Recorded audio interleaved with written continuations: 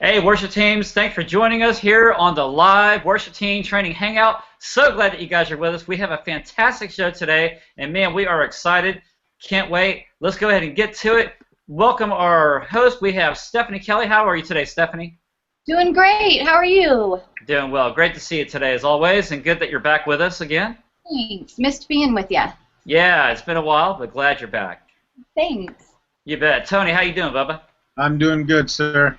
And madame. What was that? They usually call me BD, but that's a new one. Yeah. I'll take it. I'll take that as a. No, the madame was for Stefanie. Oh. It wasn't for Dale. I find it interesting that you instantly assumed that the feminine was for you, Brandon. Well, you got me. You got me. That was a good one. So, guys, we're glad that you're with us today, and we were missing both Swift and also Tim Timmons. Timmons is on the road, and there is Swift just right when we call him. So we're going to see Timmons on the next episode, and Swift is with us now. How are you today, Bubba? Good. Can you hear me? Yes, we can hear you great, finally. All right. Very good. Good call with the stuff. I think it was the search internet. Yeah, okay, so that's everybody's excuse today. So, glad that you guys are with us. Hey, we want to thank you, all of you guys, because for hanging out with us on YouTube and being with us on these hangouts. You got to join us because, check it out, we have the dirt. Are you guys ready? We got dirt on this guy right here coming up in 2 weeks. On October 29th, we're going to be having our guest worship leader, Thad Wood, from Revolution Church, and our topic is worship without the Swift. Worship without the mask. Wow. But it's going to be good. Lots of love here. That's right. So you got to hang in with us. We have more topics coming up on worship leading, calling versus career, and more issues working with our worship teams. Also, wanted to say a big shout out to all the churches in Paris, Texas. We were out there at East Paris Baptist Church. I always get that wrong. I'm sorry. Ryan Clark did an amazing job out there. East Paris Baptist Church. The worship teams, all who came out to join us. We had guys that traveled from 6 hours away from Amarillo just to be with us. So it was really, really awesome. Thank you guys so much for coming and being with us. Next up, maybe your town. We're going to be in Rochester, New York, Atlanta, Indiana, and New Jersey, all coming up for 2015, starting in January. So if you would like to have worship team training in any of these guys right here to show up at your church, then be sure to contact us at info@worshipteamtraining.com. Be sure to go back to worshipteamtraining.com/registration. All right, so let's get to it. We want to say thank you for subscribing, and today we're here to talk about the be versus me, which is having an attitude of worship. Now, I called this the BeAttitudes in an article that I did about probably 2 weeks ago, and the question that I posed was, how can your team be in a worshipful attitude and not a me, or let's say not a Tony attitude? Our lives really are acts of worship, no matter what we do. And so the question is, how do our actions daily, how do they speak of worship? So if you got questions for us, if you'd like for us to answer any thoughts that you have, be sure to hit us up on Twitter at WorshipTT or hashtag WorshipTeamTrainingHangout, and also on Facebook. So the first question goes to this guy right here, big man, Tony. How can one, that would be a worship leader, team member, singer, audio tech, whatever, how can one have a more worshipful attitude and not a me attitude? Well, in some ways, I want to start the answer by saying you can't, because we are at our very core selfish being. We wake up, and generally our first thoughts are about ourselves and our needs and what what's going on in our heads about us and about our day and about what we want at the moment, and that's sort of us at every moment throughout the day. And so it really is you have to make effort. Excuse me. You have to make conscious effort to refocus your attention. I don't know that the me thing ever completely leaves you. At least I can speak from my own experience. I don't know that there's a point where I'm so involved in anything else, including God, that I can't get distracted by my own stuff. So with that in mind, you really have to, it really comes down to, in part, preparation, because you have to really prepare when it's your job to go lead other people. A big part of that job, your job isn't to be perfect at it, your job is to be well prepared to do it. And that's where the time we spend in prayer beforehand, it's the time we spend in direct communication with God during the process. You know, I kind of liken it to being on the phone with a friend, you know, while you're still kind of like walking around taking care of little things around the house, you know. That's sort of how we deal with God. Is we're on the phone, we're engaged in conversation. It doesn't mean we're ignoring it, but we're still distracted by all these other little things. And that's, sometimes you have to just force yourself to sit down and be on the phone call and force yourself to just stay focused. I don't know that there's an easy answer, because we're all wired differently, and there's no one answer that applies to everybody, but it takes effort, and you have to go into the job prepared to put in effort. It's work in a sense. Does that make sense? Yeah, it does. So it does make sense, Tony. Speaking of cell phone trouble, Stefanie, what's your thought on Tony? Well, I think Tony has a really great heart. No, wait. I didn't mean that. Sorry. Let me redirect the question, okay? I didn't mean what's your thought on Tony. As far as what he just I want to hear this.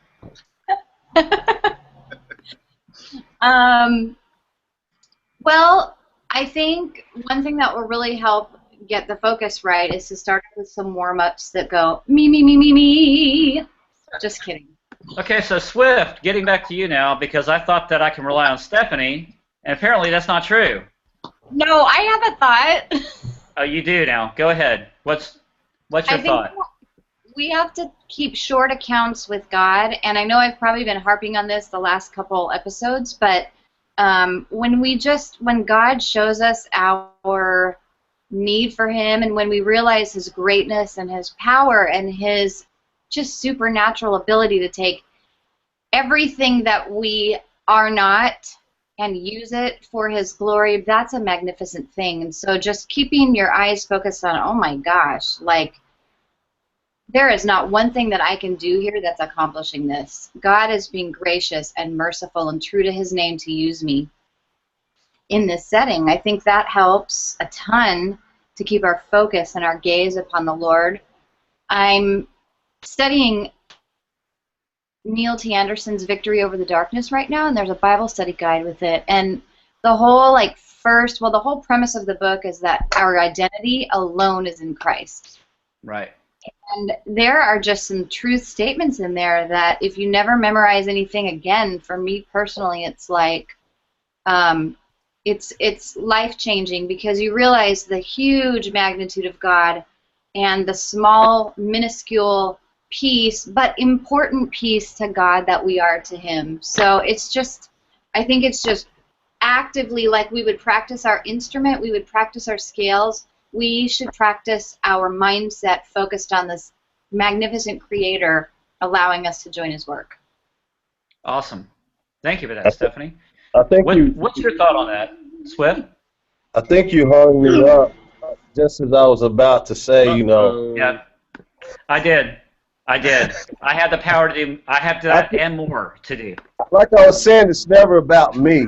You know, it's never about me. Of course not. I know you guys. Hey, Brandon, I don't think anybody else is hearing Swift. I know you couldn't understand how it is to be. Can he sign, maybe? I can hear him just fine. Keep going, Swift.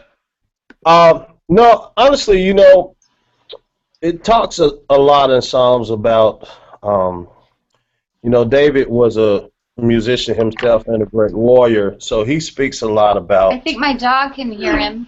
You know, listen to the words of my mouth. Jump on my lap. Okay, let's let Swift talk. Go ahead, Swift. Listen to the words of my mouth. You know, and you know, worship. It's kind of tagging in on what they were saying. You have to, you know, being prepared and everything. And we kind of talked about this a little bit last time we were together. about it's more than just the 80 minutes of preparation or that 80 minutes in time, but it's also like a lifestyle. So I think if you focus in on remembering who you are and your responsibilities, that it makes it a lot easier for you to do those things and take it off of you. Okay, hang on, Swift. Man, I'm sorry. I think we're having a little technical difficulties on Swift's side because some can hear, some cannot.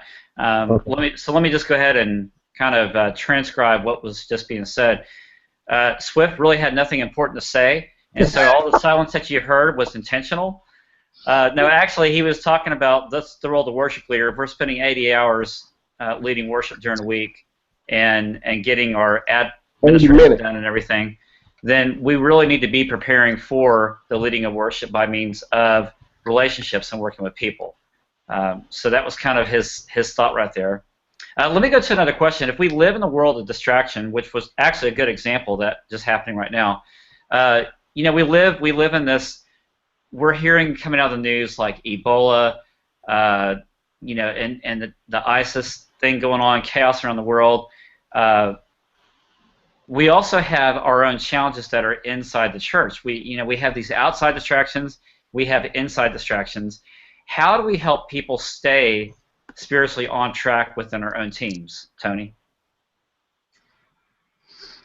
Well, it's kind of the same answer. I mean, it takes effort to stay focused on God because we are very naturally inclined towards distraction. Right. And, you know, it's like the dog in the movie Up. You know, we can't help it when a squirrel runs by. Right. We look. You know. Yeah. And I think it's important that we be careful not to beat ourselves up about that, and remember that when we see other Christians around us who seem to not have that issue, there's a good chance they're faking it because we're around that a lot also. But you know, it is just our natural inclination to be distracted, to have our minds wander. You know, that happens to me sometimes in prayer. I'll be praying to God, and then at some point I realize, wait a second, why am I thinking about tomorrow night's gig all of a sudden when I haven't closed off the prayer time? It's just sort of a natural thing we do, and so I'm careful not to beat myself up about it, but remember that it just takes effort to focus on God, and you can do it, but it's like anything that's important. You have to prepare for it. Prepare for your time with God. Prepare for your time leading worship. Prepare for, you know, figure out where your least amount of distraction can be. If you're going to have prayer time with God and you know your cell phone's going to distract you, then walk away from your cell phone. I think that's part of why God tells you sometimes to go into a quiet place, you know, because he knows that you're going to get distracted. I mean, they didn't have cell phones back then, but they had distractions. So it just takes effort. You have to make effort. So, Stefanie, what about distracting attitudes? How do you deal with that in a team? Distracting attitudes. Well, from a team perspective, I just I spend more of my time on these kind of issues than I do the music stuff by far. In what way? Well, we just talk about how we can work better as a team, and we don't sweep stuff under the carpet. We work things out, and I think when it comes to distractions, it's like reminding us what the focus is, what the end prize is. You know, forgetting what is behind and pressing toward what is ahead. We're going to press forward. You know, and the Bible talks so much about running the race marked out for us. We've got to know what that race is, and so we, in our teams, have a lot of time just trying to discuss, okay, here's what we're doing. We look at the vision. Are we a multi-generational church? Yes, we are. Are we, you know, how much time do we have in worship? We have this amount of time. Okay, who are we trying to reach? And we go through these things and we talk about them, and when things get hard and frustrating because the vision is hard to accomplish, we talk about why. You know, and we have a lot of get-togethers. we have a monthly new song rehearsal where we get together and we remind each other too while we're learning new songs, why we're learning the new songs.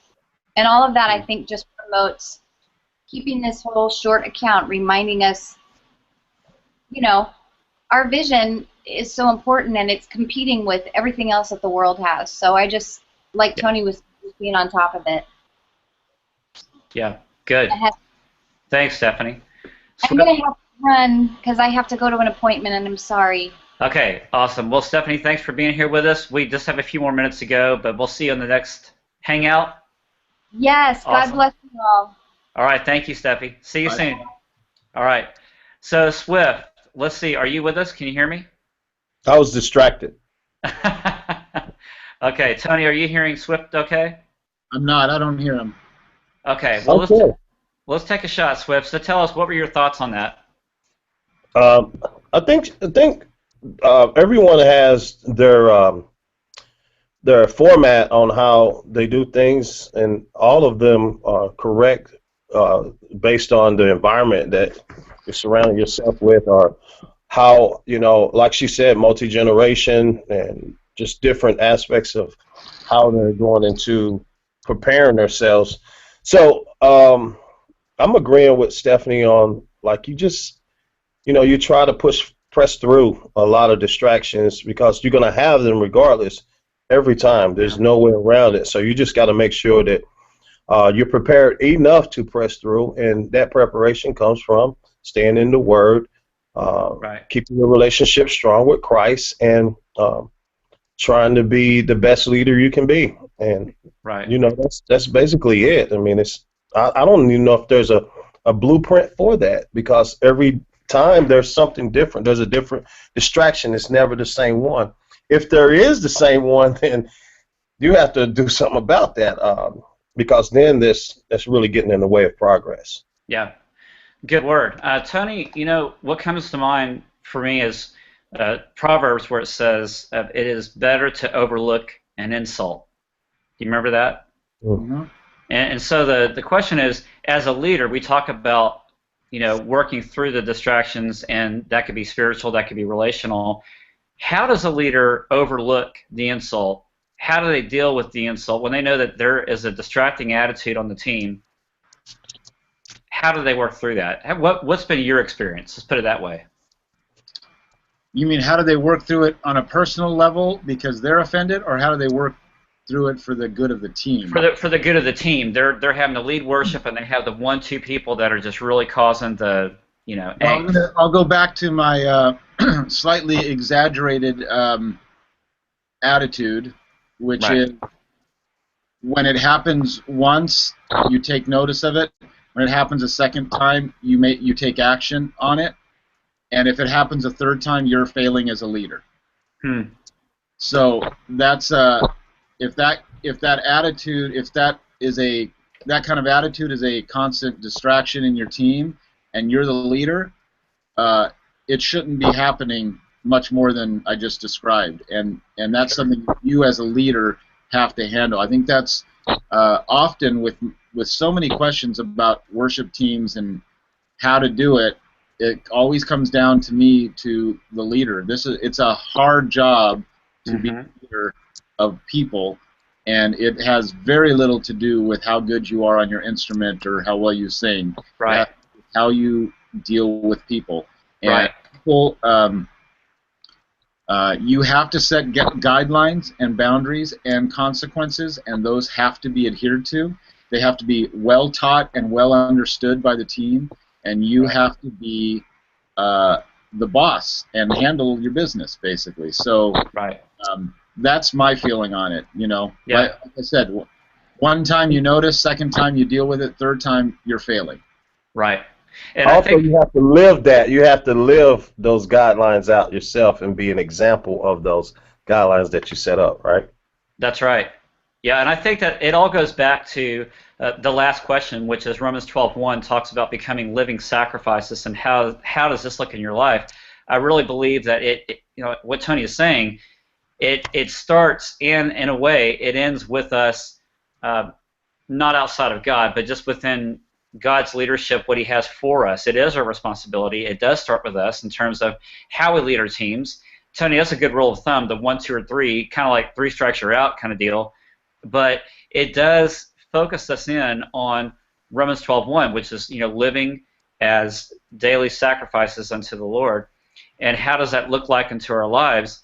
I think Tim Simmons actually said it the best 2 weeks ago. He said, practice the presence of Jesus all the time. And I love that word, practice the presence, because we tend to, like what you said, Tony, absolutely, it's not about our music. We care a lot about practicing or maybe rehearsing our music, but not rehearsing, practicing the heart. The truth is, worship team and worship leaders, is that you don't need anything or anyone else except the power of the Holy Spirit working in your life. If worship belongs to God, and so should our leading. Our worship leading belongs to God as well. It's his service. It's not our performance. Neither is the performance whatever we think it is, or even our worship leading. That's not even our identity. And Tony, you're kind of hitting on that a little bit, which I love. So in essence, worship belongs to God, and the worship service is not the time or place to front agendas and attitudes. And when they do, all it does is get in the way of God's work. And that we don't want to hinder people. We want to help them, and that's to help them worship. So, guys, thanks so much again for joining us today. Tony, it's always a pleasure, man. Thank you for hanging here with us. Sure. Good to see you, Tony. Great to see you. Thanks again, Swift. Guys, be sure to join us back. We have October 29th, 2014, coming up in 2 weeks. We have people that are going to be talking bad about this man right here. And, this guy right here, that's going to be Thad Wood. So Thad Wood, worship leader of Revolution Church, is going to be with us. You can't miss it. Topic, worship without the mask. Guys, thanks for joining us. Be sure to like us and follow us. Worship Team Training Facebook, @WorshipTT on Twitter, Instagram, and Google. And may God bless you and your worship team. Thanks again for joining us, folks.